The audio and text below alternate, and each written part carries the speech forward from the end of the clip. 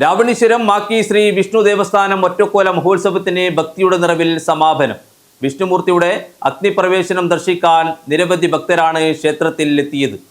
മാക്കി ശ്രീ വിഷ്ണുമൂർത്തി ദേവസ്ഥാന ഒറ്റക്കോല മഹോത്സവം വിവിധ പരിപാടികളോടെ നടന്നു. ഉത്സവത്തോടനുബന്ധിച്ച് കോതോളങ്കര ദുർഗാ ഭഗവതി ക്ഷേത്രത്തിൽ നിന്നും ബാൻഡ് വാദ്യങ്ങൾ, മുത്തുക്കുട, താലപ്പൊലി, ചെണ്ടമേളം തുടങ്ങിയ അകമ്പടിയോടെ ദീപവും തിരിയും എഴുന്നള്ളത്തും നടന്നു.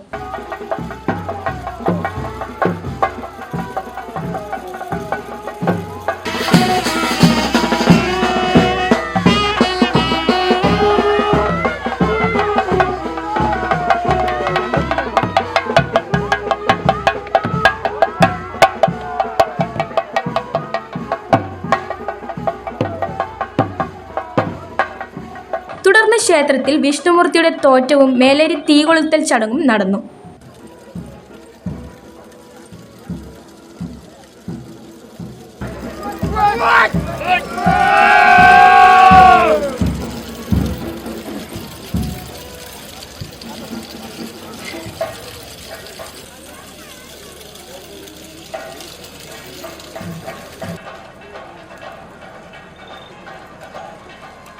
ആഘോഷ പരിപാടിയുടെ ഭാഗമായി മാതൃസമിതി അവതരിപ്പിച്ച കൈകൊട്ടികളി, ഫ്യൂഷൻ ഡാൻസ് എന്നിവ മഹോത്സവ പരിപാടിക്ക് മാറ്റുകൂട്ടി.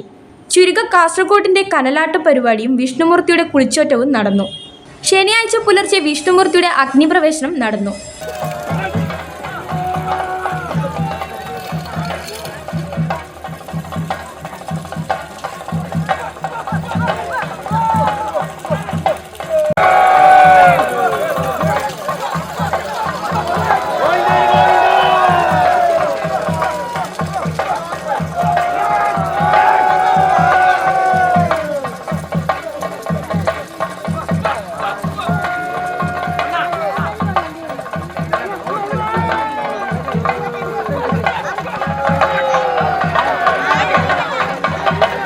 കനലാടി ഉല്ലാസ് ആദ്യമായാണ് ഒറ്റക്കോല മഹോത്സവത്തിനായി വിഷ്ണുമൂർത്തിയായി രംഗപ്രവേശനം ചെയ്യുന്നത്.